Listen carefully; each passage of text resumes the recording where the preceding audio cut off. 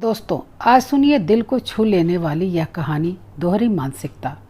पुष्पा ने जैसे ही घर में कदम रखा, बेटे और बहू ने उसे ऐसी नज़रों से देखा जैसे वो कोई गलत काम करके आ रही हो। उनकी नज़रों को अनदेखा करके वह हॉल में जाकर सोफे पर बैठ गई और मैगजीन के पन्ने पलटने लगी। उसे ऐसा करते देख उसके बेटे रोहन का पारा तो 7वें आसमान में पहुंच गया। उसने गुस्से से पुष्पा से कहा, मम्मी ये सब क्या कर रही हैं आप? क्या हुआ रोहन, तुम इतने गुस्से में क्यों हो? आप मुझसे ही पूछ रही हैं कि क्या हुआ? क्या आपको पता नहीं कि आजकल आप कैसा व्यवहार कर रही हैं? तुम क्या बोल रहे हो? मेरी कुछ समझ में नहीं आ रहा है। जो भी कहना है साफ साफ कहो। मम्मी, 55 साल की उम्र में आपको ये कौन से नए नए शौक लग गए हैं? क्या आपको अपनी उम्र का थोड़ा सा भी लिहाज नहीं? खुद का ना सही, कम से कम हमारे बारे में ही कुछ सोच लो। सब हंस रहे हैं हम पर कि तुम्हारी मम्मी को इस उम्र में ये सब क्या शोभा देता है।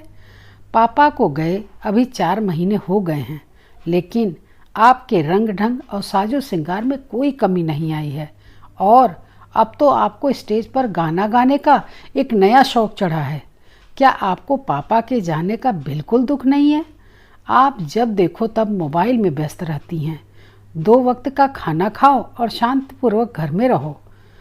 हाँ, तुम्हारी बहू भी बोल रही थी कि उसकी सहेलियां भी उसका मजाक उड़ाती हैं कि जिस उम्र में तेरी सास को भजन कीर्तन करना चाहिए, उस उम्र में उन्हें गाने का एक नया शौक चढ़ा है।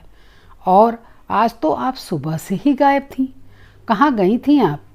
किसी को कुछ बताया भी नहीं। आखिर क्यों कर रही हैं आप ऐसा?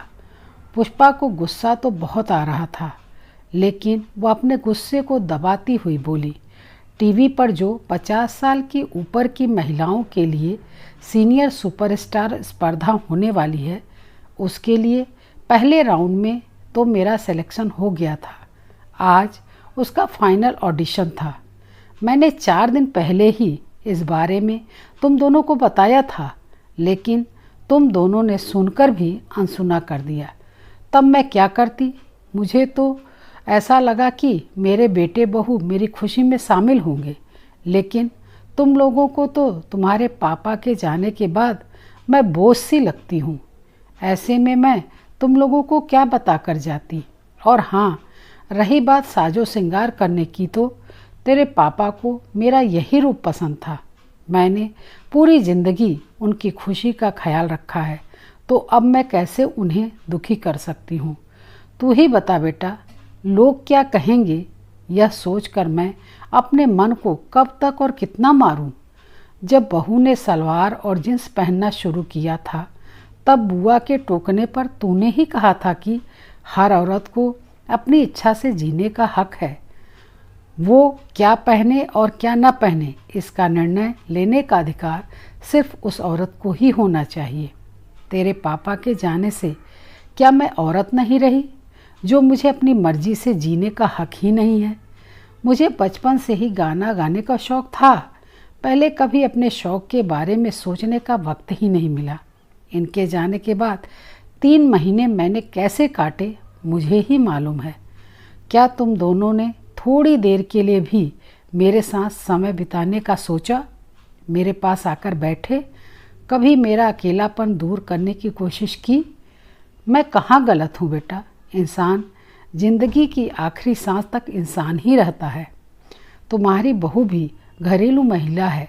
वो जवानी में कुछ नहीं कर रही, तो क्या तुम्हें बुढ़ापा में गाना गाने की ज़रूरत है? रोहन ने कहा, बेटा ये लिखा कहाँ है कि उम्र के इस पड़ाव पर इंसान को अपने सारे शौक मार देने चाहिए। बहू को किटी पार्टियों और घूमने फिरने से ही फुर्सत नहीं है, और उसमें जो टैलेंट है वो उस टैलेंट का उपयोग क्यों नहीं करती? इसमें मेरा तो कोई कसूर नहीं है। मैंने तो किसी बात के लिए उसे मना नहीं किया है।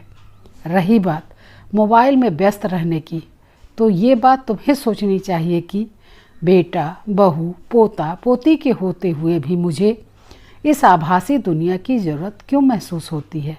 बेटा, मुझे अपनी ज़िंदगी में अपने तरीके से जीने का पूरा हक है।